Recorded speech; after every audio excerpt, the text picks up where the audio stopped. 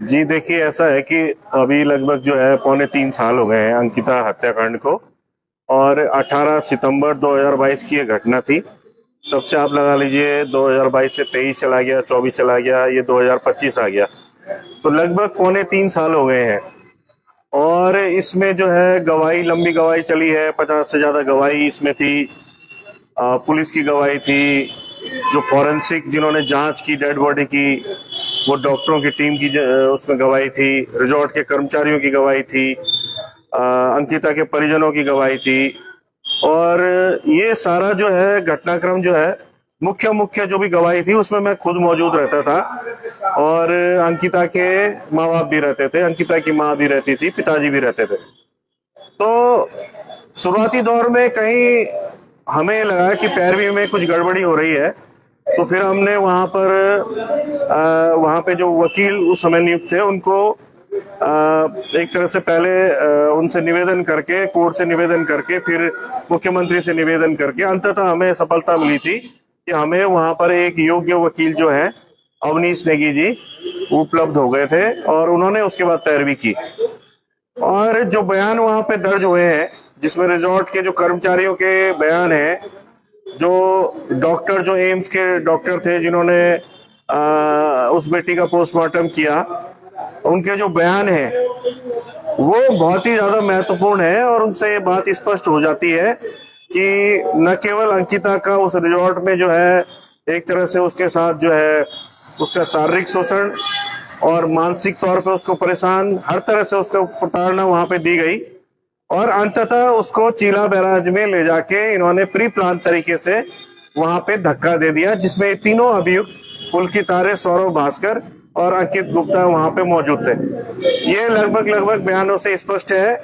और जो doctor AIIMS के थे, उनके जो बयान थे उसमें कहा गया है कि जो एंटीमोर्टम इंजरी थी अंकिता को, मतलब मौत से पहले की जो चोटें थी, उनका जब उन्होंने मुआयना किया, उनकी जब जांच की, तो उससे उन्होंने कहा कि उन्हें स्पष्ट तौर पे इस बात की पुष्टि होती है कि अंकिता खुद नहीं कूदी थी, उसको जबरन धक्का, बहुत जोर से धक्का उसको चीला बैराज में दिया गया था।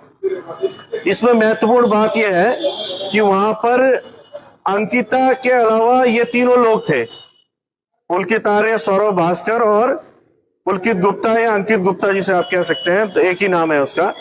वो 4 लोग वहां पे थे, चारों की मोबाइल लोकेशन सेम जगह की है।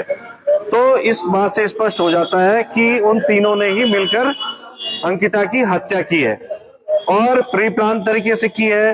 तीनों लोग उसमें शामिल थे, एक साजिश के तहत इन्होंने वहां पे हत्या की है। तो मुझे लगता है कि तीनों को जो है हम तो ये उम्मीद कर रहे हैं कि पहले तो फांसी की सजा होनी चाहिए, और अगर फांसी की सजा नहीं हो पाए तो कम से कम उम्र कैद की सजा इन तीनों मुजरिमों को होनी चाहिए। देखिए, सहयोग तो क्या मिलना था, उल्टा परेशान किया गया। और खासतौर पे मुझे तो बहुत ही ज्यादा परेशान किया गया। मेरे पे SC/ST का फर्जी मुकदमा पिछले साल लगाया गया।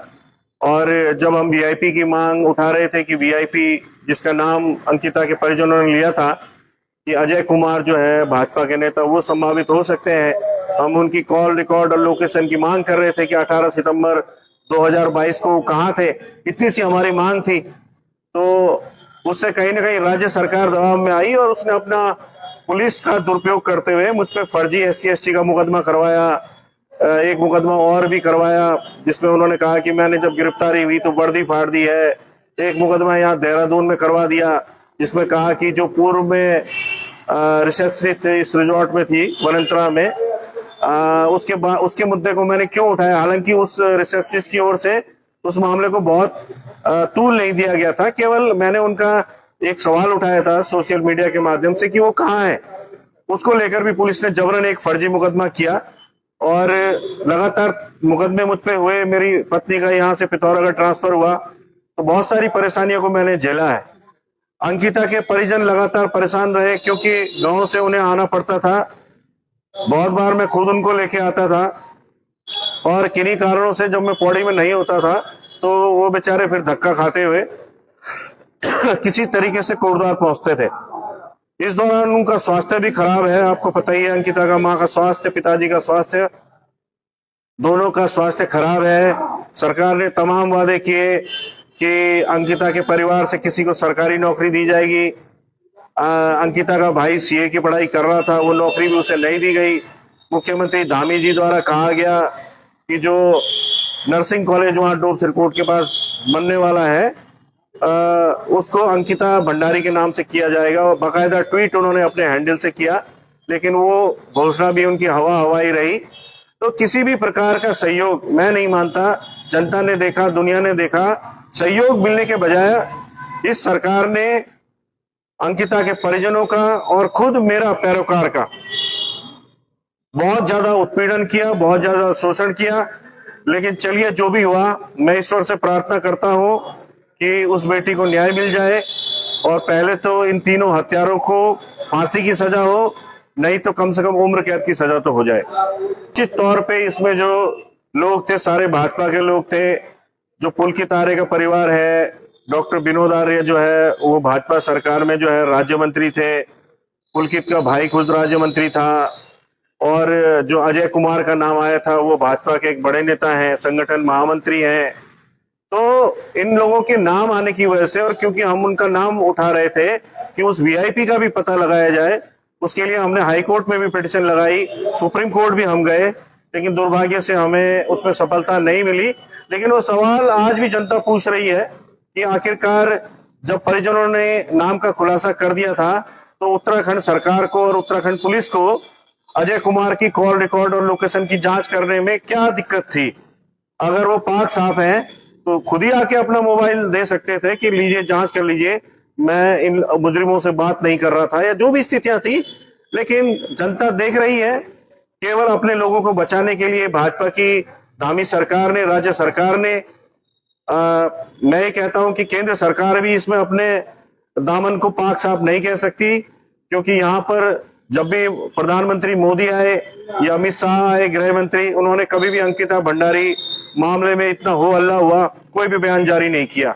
तो मैं तो दोनों ही सरकारों को, केंद्र सरकार और राज्य सरकार दोनों को ही मानता हूं कि इस मामले को दबाने का और इस हत्याकांड में जो पूर्ण न्याय हमें चाहिए था। जो चौथा मुजरिम जो वीआईपी है वो कहीं ना कहीं बच निकला है, और उसका कारण राज्य सरकार और केंद्र सरकार है। देखिए, ये जो भारतीय जनता पार्टी की जो ये सरकार है, इसने जो धर्म के नाम पर लोगों को लड़ा रखा है वो सबसे बड़ा कारण है। क्योंकि अगर कोई मुस्लिम व्यक्ति कोई अपराध करता है तो उसके पीछे तो भाजपा और आरएसएस और तमाम हिंदूवादी संगठन पड़ जाते हैं। लेकिन जब उसी अपराध को हिंदू आदमी करता है या किसी और व्यक्ति कोई करता है, वहां पर फिर जो है भाजपा और आरएसएस और तमाम इनके हिंदूवादी संगठन जो है वो फिर चुप्पी साध लेते हैं। और ये बड़ी दुर्भाग्यपूर्ण स्थिति है कि उसका अनुकरण जो है हमारी उत्तराखंड की मातृशक्ति भी करती है, क्योंकि यहाँ भाजपा के अभी भी मातृशक्ति काफी ज्यादा भाजपा को सपोर्ट करती है। तो वो प्रधानमंत्री मोदी जी के नाम पर चुप्पी साध लेती है।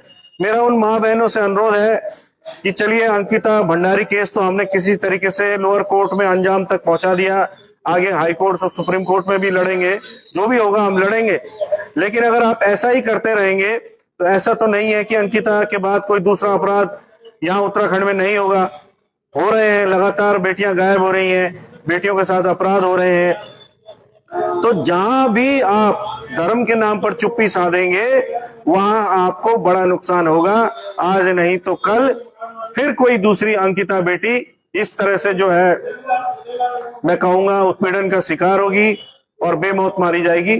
और ऐसा कोई नहीं है, कोई भी व्यक्ति ये सोचता है कि ये उसके साथ नहीं हो सकता, तो ये उसकी गलतफहमी है। इसलिए महिलाओं का खास तौर पे जागरूक होना बहुत ज्यादा जरूरी है।